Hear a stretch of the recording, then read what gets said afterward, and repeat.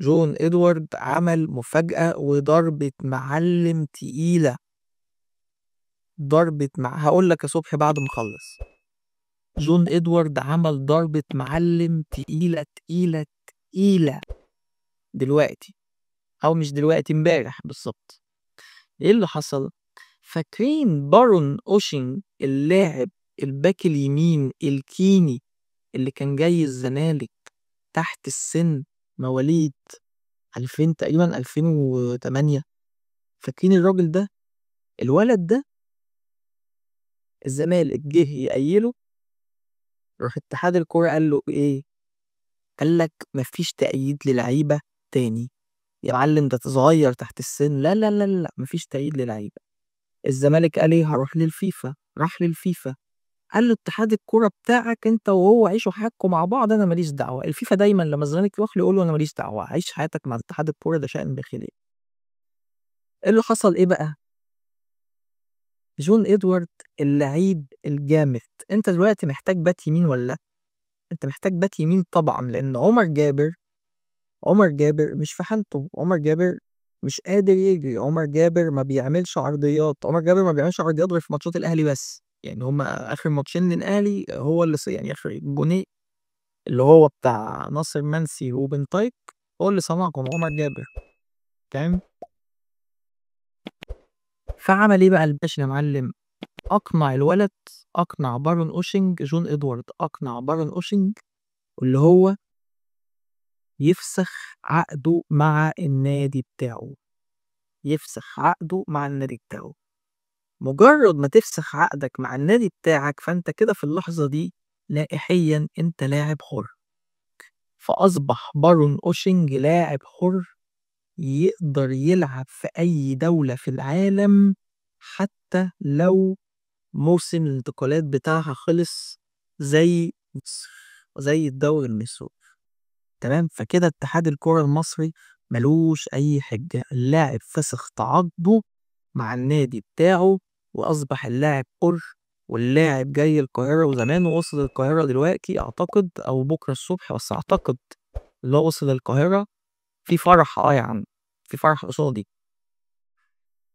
واللاعب دلوقتي هيتأيد في نادي الزمالك مجرد ما يوصل. تمام. الزمالك يستقبل الاستغنى بتاعه. تستقبل الاستغنى بتاعه، وهيبقى عندك صفقة جديدة داخل نادي الزمالك. لاعب تحت السن، باك يمين أفريقي سريع وشويط وأرقامه مذهلة. أرقامه مذهلة. الراجل لاعب، الولد لاعب صغير في السن، لعب تقريبا حوالي حاجة و30 ماتش، صنع حوالي 29 جول. يعني أرقام غير طبيعية. دي أرقام غير طبيعية. تمام. تعالوا بقى نقرأ الخبر اللي موجود على موقع كورة. بيقول الخبر: أنهى نادي الزمالك خطوات تسجيل المدافع الكيني بارون أوشينج في قائمته المحلية بعد أن تلقى رسميا خطاب إنهاء التعاقد بين اللاعب وناديه السابق سوفاباكا الكيني، وهو المستند الذي سمح بتحريك الملف إداريا وباعتماده داخل الاتحاد المصري لكرة القدم. اللاعب فسخ تعاقده، ماشي، والمستند اللي بتاع الفسخ التعاقد ده هو اللي سمح بتحريك الملف داخل اتحاد الكرة. الناس اللي ما عملتش لايك يا شباب تعمل لايك، والناس اللي ما اشتركتش في القناة تشترك في القناة. فور وصول الوثيقة سارعت الإدارة البيضاء على إرسالها إلى الجبلية، اللي هو اتحاد الكورة عشان هو في شارع الجبلية، ليتم اعتماد قيد اللاعب دون أي معوقات، بما يتيح له قانونيا التواجد ضمن الفريق والمشاركة في المباريات الرسمية وفق تقدير الجهاز الفني بقيادة المدرب البلجيكي يانيك فريرا. وجاءت صفقة بارون أوشنج لتسد فراغا دفاعيا تسعى الإدارة لتعويضه في ظل حاجة الفريق لدعم خط الظهر. وقد تم استغلال بند اللاعبين الأحرار الذي يسمح بالتوقيع خارج فترات الانتقالات الرسمية، وذلك استنادا إلى لوائح الاتحاد الدولي لكرة القدم. وبحسب مصادر يطلع داخل القلعة البيضاء، فإن اللاعب يستعد للوصول إلى العاصمة القاهرة خلال ساعات قليلة، وده اللي أنا لسه قايل لكم عليه. تمهيدا لبدء المرحلة الأولى من عملية الاندماج داخل الفريق، والتي تتضمن الخضوع لفحوصات طبية شاملة ثم الدخول في التدريبات الجماعية.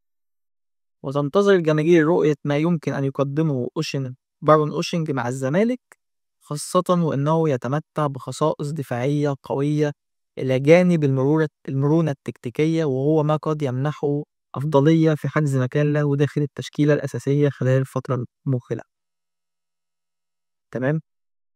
في سياق متصل تشير التقديرات الفنية أن اللاعب قد يكون ضمن الحسابات في الجولات القليلة القادمة من الدوري، خاصة وأن قرار مشاركته بات متعلقا فقط بجاهزيته الفنية، لو جاهز هيلعب، ومدى استيعابه لطريقة اللعب المعتمد من قبل المدرب.